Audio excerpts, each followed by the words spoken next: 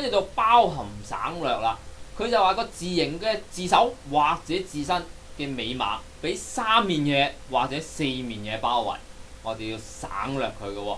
但係亦都提一提你啦，呢個原則係唔適用喺連體字呢方面嘅。咁下邊電腦就係一個好嘅例子介紹啦。睇一睇個電字先，電字梗係花分字首字身先啦，係咪啊？咁啊花分佢啦，字首啦，同埋字身嘅。喺字首嘅部分，個尾碼係咪俾三面嘢包住呢？咁你要做乜嘢啊？省略佢咯，咁就啱啦。多個老字又係花分先啦，字首同埋字身啦。又留意啦，尾碼今次俾幾多面嘢包圍啊？四面咯，係嘛？咁你要記得省咗佢啦。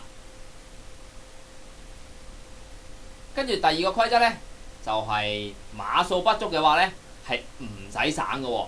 以下就有兩個例子，我哋可以睇一睇啦。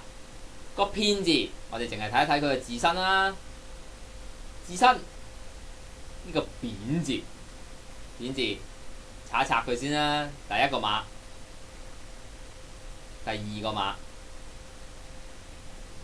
第三個碼，OK，第四個碼。即係尾碼啦。嗱，尾碼我哋第一件事留意到嘅就係佢係俾三面包圍咗嘅，所以呢個係要省咗佢嘅。但係睇睇個練字啊，個字身呢個簡字啦。第一個碼木字嚟嘅，第二個碼就係呢個啦，第三個碼就係呢個啦。嗱，呢個呢。啱啱好喺字身三個碼，啱啱好夠碼喎，所以你應唔應該省呢？係唔應該省嘅喎。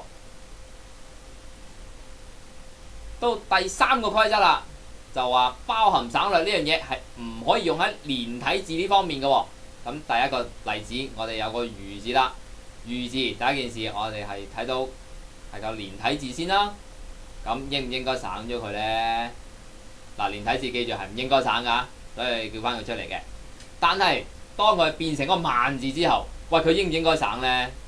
變咗萬字之後係一個咩字啊？分體嚟嘅，分體你就要省啦。再到個羽字，連體字啊，又使乜省呢？都唔使啦，係嘛？